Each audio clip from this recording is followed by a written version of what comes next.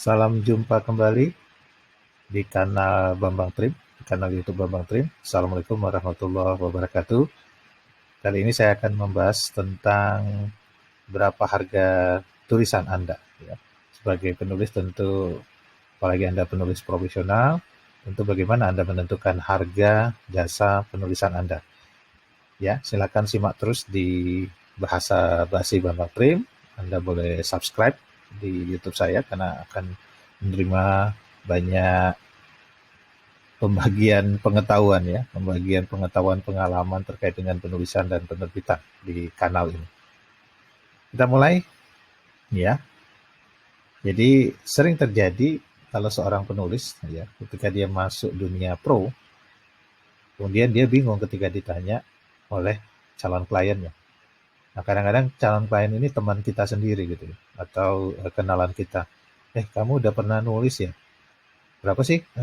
Boleh nggak bantuin saya nulis gitu kan? Boleh nggak bantuin saya nulis untuk suatu karya tulis? Kemudian ditanya berapa ya harganya.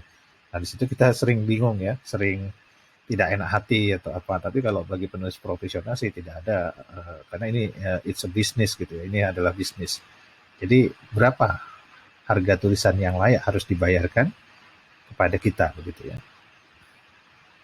Nah, ada kalanya sang penulis merasa sungkan berbisnis ya tadi karena dia tidak pernah terpikir oleh dia bahwa tulisan ini menghasilkan uang gitu ya. Biasanya kan tulisan dia sendiri yang menghasilkan uang. Nah, sekarang dia harus bekerja untuk orang lain dan dari itu dia mendapatkan upah atau honor ya berupa imbalan jasa berupa uang gitu ya. Ya, jadi dia nggak terlalu yakin gitu kan gitu ya. Nah, seberapa bernilai tulisan Anda yang dibuatnya dengan bersusah payah? Ukurannya begitu saja. Pertama, kita menginvestasikan waktu di dalam tulis-menulis ini. Ya, waktu itu paling berharga. Ya, benar itu. Time is money itu benar-benar berharga. Yang kedua, kita menggunakan keterampilan dan keahlian ya, untuk membuat tulisan orang itu pertama mudah dipahami, kedua juga dengan bahasa yang menarik, memikat, ketiga juga memenuhi standar dan kaidah yang sudah ditetapkan. Misalnya Anda diminta untuk membuat satu tulisan non-fiksi, itu ada standar dan kaidahnya. Begitu juga tulisan fiksi. Ya. Nah, di sisi lain, klien penulisan seringkali juga tidak punya bayangan tentang harga jasa penulisan ini. Ya. Mereka belum pernah mengorder atau mereka belum pernah melibatkan orang lain dalam konteks tulis menulis, misalnya menulis teks iklan atau katakanlah menulis buku gitu. Jadi mereka akan bertanya berapa sih harganya sebenarnya ya. Ya, jadi tadi udah saya sampaikan, kita tahu bahwa ini memerlukan modal gagasan, waktu dan kata-kata. Satu lagi tadi gagasan ya. Selain waktu ada gagasan, apalagi kalau dari klien kita itu hanya memberikan tema umum saja. Tolong dong buatkan saya buku untuk peringatan hari perkawinan saya misalnya, gitu ya. Hari ulang tahun perkawinan atau ulang tahunnya anak saya. Itu kan tema umum saja. Kita memerlukan gagasan untuk menuliskannya. Nah, ini ada sebagai panduan buat Anda supaya lebih mudah, itu ada 4 variabel yang berpengaruh terhadap harga sebuah tulisan. Pertama yang kita lihat jenis tulisannya. Dari jenis tulisan ini nanti memang berhubungan gitu ya. Walaupun katakanlah semua tulisan itu sama, tapi sebenarnya ada perbedaannya gitu ya. Kalau secara besar kan kita lihat fiksi dan non-fiksi. Non-fiksi itu banyak, ada karya tulis ilmiah, ada karya tulis populer gitu ya. Tapi kalau karya tulis ilmiah ini kita perlu berhati-hati karena kita tidak boleh membantu penulisan yang sifatnya terkait dengan angka kredit ataupun terkait dengan publikasi ilmiah karena itu dianggap melanggar kode etik dalam tulis menulis ilmiah. Jadi lebih banyak biasanya menyunting kalau di karya tulis ilmiah. Beda halnya kalau kita diminta untuk menjadi co-writer, penulis pendamping dalam penulisan misalnya buku ilmiah populer. Nah, itu masih etis gitu kita lakukan. Yang kedua, kuantitas tulisan. Jadi kuantitas tulisan ini sebanyak berapa banyak gitu. berapa ribu kata, berapa ratus kata, atau berapa halaman. Ya tentu semakin tebal dia akan kita bisa mengenakan tarif itu per halaman atau per kata gitu ya. Itu semakin murah gitu ya kalau dia tebal gitu. Tapi kalau dia tipis maka dia akan semakin mahal gitu ya. Tingkat kesulitan. Nah, ini tingkat kesulitan ya. Apakah memerlukan riset, apakah memerlukan wawancara, penggalian sumber dan sebagainya, itu yang harus kita pertimbangkan. Bahkan mungkin menghabiskan waktu kita untuk ke suatu tempat gitu. Nah, ini juga dialami oleh para penulis biografi, terutama penulis autobiografi, dia harus dedikasi sama kliennya gitu. Dan terakhir tenggat, seberapa cepat, gitu. Seberapa lama kita diberi waktu. Ada yang memberi waktu dalam hitungan hari, ada juga bulan gitu ya, ada juga tahun mungkin ya. Ya, itu akan menjadi variabel pertimbangan kita untuk menentukan harga sebuah tulisan. Nah, sebagai contoh nih, panjang tulisan 300 kata kalau ditik 1,5 spasi itu setara dengan satu halaman kertas A4. Jadi kita dapat menggunakan tarif per kata atau per halaman misalnya. Kalau kita menggunakan tarif per kata Rp300, ya, harga per halaman menjadi Rp90.000. Oh mahal ya, mahal memang. Ya, ya ada yang menulis juga per halaman itu di bawah Rp90.000. Sebenarnya kalau di standar biaya umum ada itu penulisan artikel misalnya, penulisan artikel untuk media daring ya, itu Rp100.000. Layak nggak kita dibayar Rp100.000?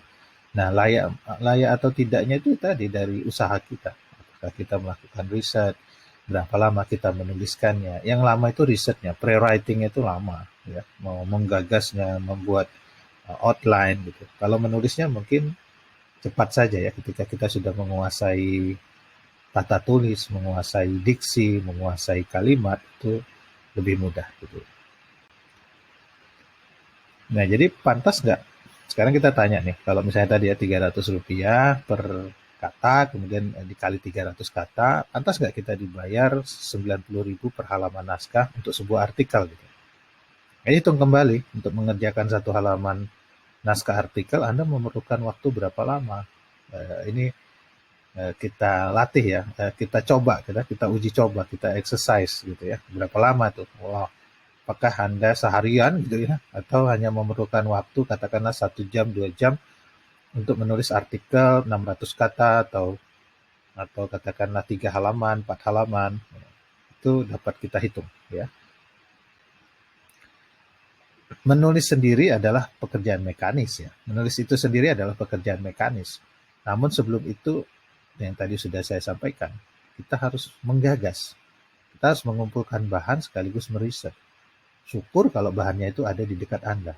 Bisa Anda akses di internet, buku-bukunya ada gitu. Tapi kalau bahannya nggak ada, yang kita harus mencari dulu toko buku, mencari dulu ke perpustakaan, menelusuri internet itu aja saya kira memakan waktu ya. Nah, jadi perkara menggagas, mengumpulkan bahan, dan meriset ini yang sering luput dari perhitungan para penulis pemula. Penulis pemula itu mikirnya praktis gitu. Wah ya tinggal nulis gitu. Padahal nggak tinggal nulis.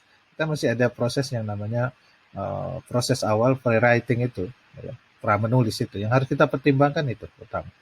Karena kalau menulisnya sendiri mungkin karena sudah terbiasa tidak terlalu masalah, tapi begitu proses mengumpulkan bahan merisetnya ini akan menjadi masalah gitu kalau dia akan memakan waktu kita dan memerlukan perhatian.